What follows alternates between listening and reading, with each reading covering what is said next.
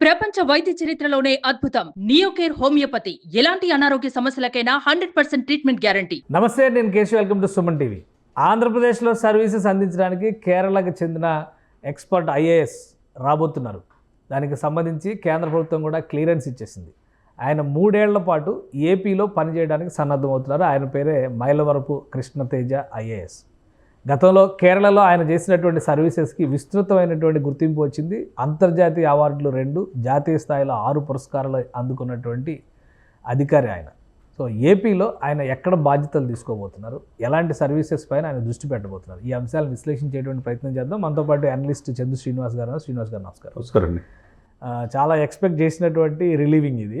Central government clear చేసేసింది కాబట్టి బహుశా 2-3 రోజులు వచ్చేస్తారా ఐఏఎస్ కృష్ణతేజ? ఏంటి ఆయనకి ఇవ్వబోయేటువంటి టాస్క్ ఏంటి? డెఫినెట్గా మీరు అన్నట్టు ఒక యంగ్స్టర్ ఆల్ ఇండియా 66 ర్యాంక్ అవుతుంది ఐఏఎస్ 2016 బ్యాచ్.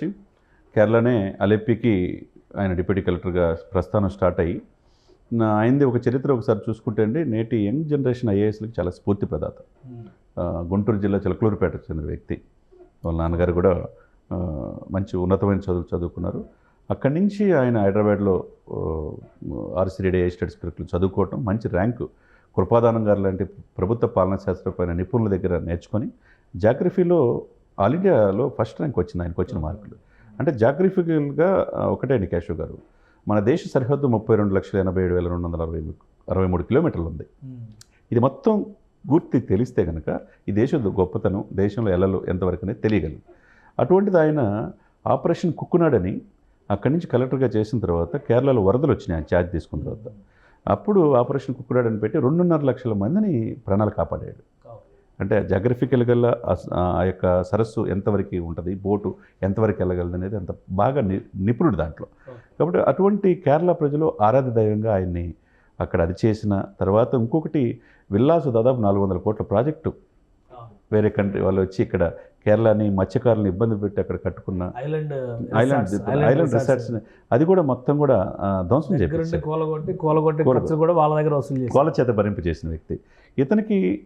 ఇతన్ని ఏదైతే కూటమి అధికారంలో వచ్చిన తర్వాత పవన్ కళ్యాణ్ గారికి అంబటి రాయుడు తిరుపతి రాయుడు ఇతను క్లాస్మేట్స్ అని చెప్పుకుంటున్నారు, కృష్ణతేజ గారిని అంటున్నారు చాలామంది. కానీ అతనే పవన్ గారికి సూచించినట్టుగా అదేవిధంగా ఇతని యొక్క చిత్తశుద్ధి దేశంలో ఐఏఎస్లో మంచి పేరు తెచ్చుకున్న విధానం కావచ్చు, ఆ రోజు కేరళని రక్షించిన వరదల నుంచి రక్షించడం కావచ్చు, పర్యావరణం మీద జాగ్రఫికల్గా పంచాయతీరాజ్ కావచ్చు, గ్రామీణాభివృద్ధిలో ఈయనకి మంచి నిపుణత ఉంది. ఇతన్ని రాష్ట్రానికి తీసుకొస్తే బాగుంటుందనే ఉద్దేశంతో పవన్ కళ్యాణ్ గారు చంద్రబాబు నాయుడిని కోరటం, వెంటనే కేంద్ర ప్రభుత్వానికి లెటర్ అప్లై చేయటం. ఇప్పుడు నిన్ననే ఆయనకి రిలీవ్ అవుతారు. మీరన్నట్టు 3 సంవత్సరాల డిప్యుటేషన్ మీద ఈ రాష్ట్రంలో అడుగు పెట్టబోతున్నాడు. ఒకటి ఇప్పుడు ఆల్రెడీ మొన్న ఒక ఓఎస్డీ అని చెప్పని కడప ఆర్డీఓగా ఉన్న గ్రూప్ 1 ఆఫీసర్ మధుసూదన్ని పవన్ కళ్యాణ్ గారి దగ్గర వేశారు.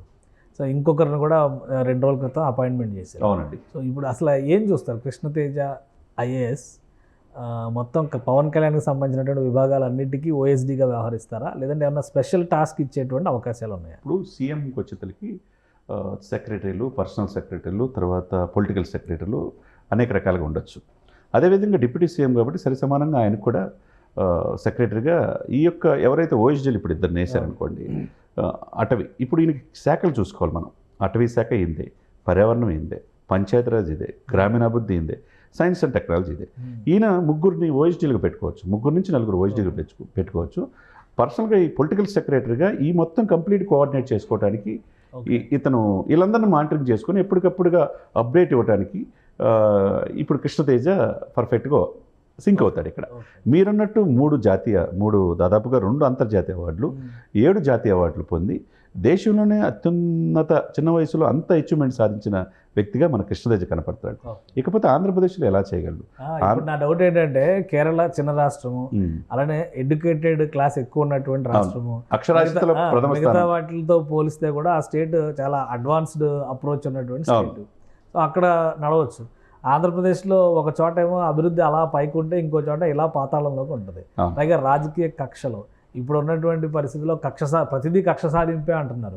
ఇప్పుడు ఉదాహరణకు చూసాం మనం వైసీపీ కార్యాలయాలకు సంబంధించి మినిమం పర్మిషన్ కూడా లేకుండా 2 అంతస్తులు కట్టేశారు అన్ని చోట్ల. ఇప్పుడు అది కూలగొడితే నేరం, కూల్చకపోతే వైలేషన్.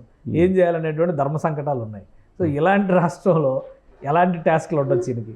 అది ఇక్కడ ఒకటండి, గతంలో ఈ శాఖలు ఉన్నాయి, ఇంత పనితీరు ఉంది, దీనికి ఉన్న ఐఏఎస్లు ఉన్నారు, ఇంత 10-15 గంటలు రివ్యూ చేయొచ్చు అనేది మన గత ప్రభుత్వాల్లో చూడలే మనం.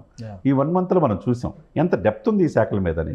పంచాయతీరాజులు, రోడ్లు ఏంది, 7,000 కిలోమీటర్లు ఎన్ని రోడ్ల గురించి, పంచాయతీలు కనెక్టివిటీ అని ఇవన్నీ చూసినప్పుడు చాలా వ్యాస్ట్ సబ్జెక్టు. ఈ సబ్జెక్ట్ అన్నీ కూడా చక్కగా కనుక ఫ్రీ హ్యాండ్ ఇస్తాయి. ఎట్లయితే ఇప్పుడు పవన్ కళ్యాణ్ గారు నిజాయితీగా నేను రూపాయి తిన్ను ఎవరికి తిన్నాను అంటున్నారు. ఇప్పుడు అల్లావుద్దీన్ అద్భుత దీపం నా దగ్గర ఏమీ లేదు, నేను 1వ తరగతి జీతాలు ఇచ్చే పరిస్థితిలో నేను కానీ చంద్రబాబు నాయుడు కానీ ఆ విధంగా పరిపాలన దారిలో పెడతాం, కొద్ది టైం కావాలి నాకు అంటున్నాడు. అదే సమయంలో సమర్థవంతమైన కృష్ణతేజ లాంటి వాళ్ళు కనుక ఉంటే కనుక వాళ్ళకి ఫ్రీ హ్యాండ్ ఇస్తే కనుక, మీరు అన్నట్టు అక్కడ ఫ్రీ హ్యాండ్ ఇచ్చారు కాబట్టి కేరళలో మీరు అన్నట్టు వరదలు వచ్చినా చిన్న రాష్ట్రం, ప్రజలు కొద్దిగా ఇంటలెక్చువల్ తెలివిగల వాళ్ళు, అధికారులకి ప్రాధాన్యత ఇస్తారు. అదేవిధంగా అక్షరాస్యులు ఈ దేశంలో ప్రథమ స్థానంలో ఉన్న, కరోనాను అరికట్టడం కూడా ఈ దేశంలో ప్రథమ స్థానం అదే ఉంటుంది. అంటే ఆ విధంగా అంటే మల్టిపుల్ కేరళ ప్రజలు ఏముందంటే ప్రపంచవ్యాప్తంగా విస్తరించుంటారు ఇంటలెక్చువల్స్. ఆ పాయింట్ ఆఫ్ వ్యూ ఇక్కడ ఆంధ్రప్రదేశ్ పెద్ద రాష్ట్రం కాబట్టి ఇక్కడ కుదిరిద్దా ఇటువంటి కక్షలు కార్పణ్యాలు, గత ప్రభుత్వం ఇప్పుడు ప్రభుత్వాల మధ్య ఇవన్నీ కూడా కూలగొట్టాలు కావచ్చు, ప్రకృతి కాపాడటం కావచ్చు, అడవులు రెడ్ శాండిల్ కాపాడుకోవచ్చు, గ్రామీణాభివృద్ధికి రోడ్లు, ఇవన్నీ కూడా అంటే అధికారులకు ఫ్రీ హ్యాండ్ ఇస్తే ఏమవుతుందంటే వాళ్ళు ప్రూవ్ చేసుకోవడానికి అవకాశం ఉంటుంది. ఇప్పుడు ఇంత క్రెడిబిలిటీ ఉన్న వ్యక్తి ఆ క్రెడిబిలిటీ కోల్పోవడానికి సిద్ధపడ్డ కదా.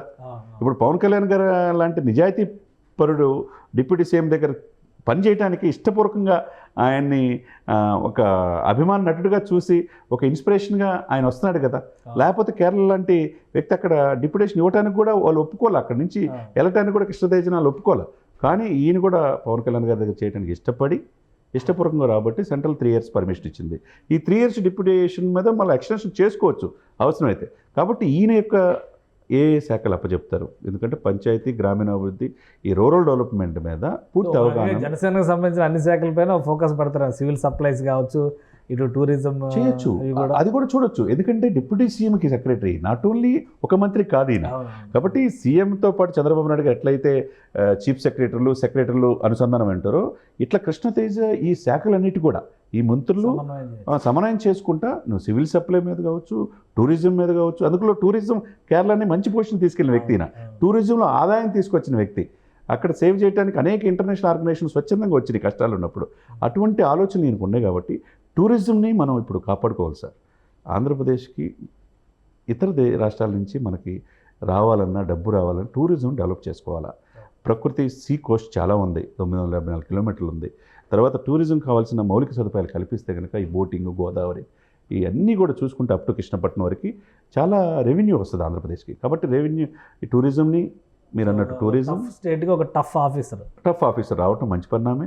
టూరిజం దారిలో పెట్టవచ్చు. అదేవిధంగా సివిల్ సప్లై ఇటువంటి అవినీతి పనులను కూడా ఆయన ఆల్రెడీ చూసాం మనం, ఆయన చరిత్ర ట్రాక్ రికార్డ్ చూసాం. కాబట్టి ఇక్కడ సమర్థవంతమైన ఆఫీసర్తో ఒక సమర్థుడు వస్తున్నాడు, ఇక్కడ ప్రూవ్ చేసుకున్న వ్యక్తి మంచి పరిపాలన అందించగలరు అనేది మనం ఆశిద్దాం. రైట్, థ్యాంక్ యూ శ్రీనివాస్ గారు. ఇది కృష్ణతేజ ఐఏఎస్ ఛార్జ్ తీసుకున్న తర్వాత ఏపీలో ఒక టఫ్ ఆఫీసర్ని చూసేటువంటి అవకాశం ఏపీ ప్రజలకు ఖచ్చితంగా కలుగుతుందని శ్రీనివాస్ గారు అంటున్నారు. అలానే పవన్ కళ్యాణ్ ఆధ్వర్యంలో ఉన్న శాఖలతో పాటు జనసేన ఆధ్వర్యంలో ఉన్నటువంటి శాఖల్లో జరుగుతున్నటువంటి పనుల్ని, గతంలో జరిగినటువంటి అవకతవకల్ని ఇక మీదట ఎలాంటి అవకతవకలు జరగకుండా వాటిని క్రమబద్ధీకరించడంలో కూడా కృష్ణతేజ పాత్ర కీలకం కాబోతుంది. సో అతి త్వరలోనే ఆయన ఛార్జ్ తీసుకుంటారు. ఇది special discussion. Keep watching. Suman టీవీలో మీ పర్సనల్ అండ్ బిజినెస్ ప్రమోషన్స్ కోసం కింది నెంబర్కి కాంటాక్ట్ చేయండి.